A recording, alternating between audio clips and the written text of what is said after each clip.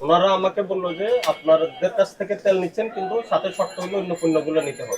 কি করবে এখন আপনার সমস্যা কি? আপনাকে কোম্পানি দিচ্ছে এগুলো? হ্যাঁ হ্যাঁ বাধ্য করছে। এই যে আছে অরিজিনাল কোম্পানির ডিউ আছে। আচ্ছা, এটা হলো রূপচাঁদারটা।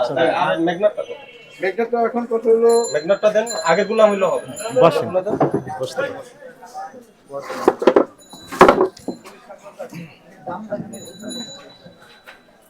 এটা প্রাইস কত?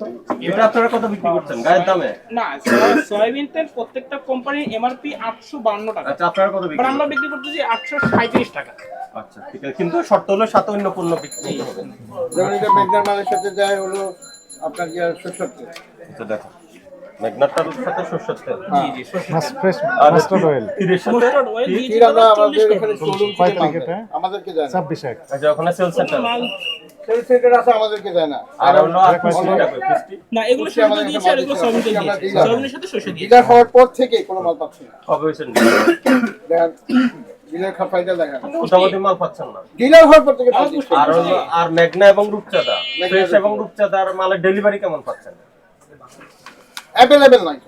কবে কিশোর থেকে ভাই? অ্যাভেলেবল না? এটা তো বিগত আজকে প্রায় 4 মাস 3 মাস। তার মানে ধরে কি ডেলিভারি স্লো?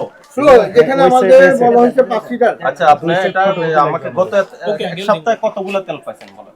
আমাকে সপ্তাহে- রূপচাঁদা অথবা ফ্রেশের কত এক সপ্তাহে কি পরিমাণ তেল পেয়েছেন? হেল্প তো করতে হবে, রাষ্ট্রীয় কাজ তোমার হেল্প করা লাগবে তো।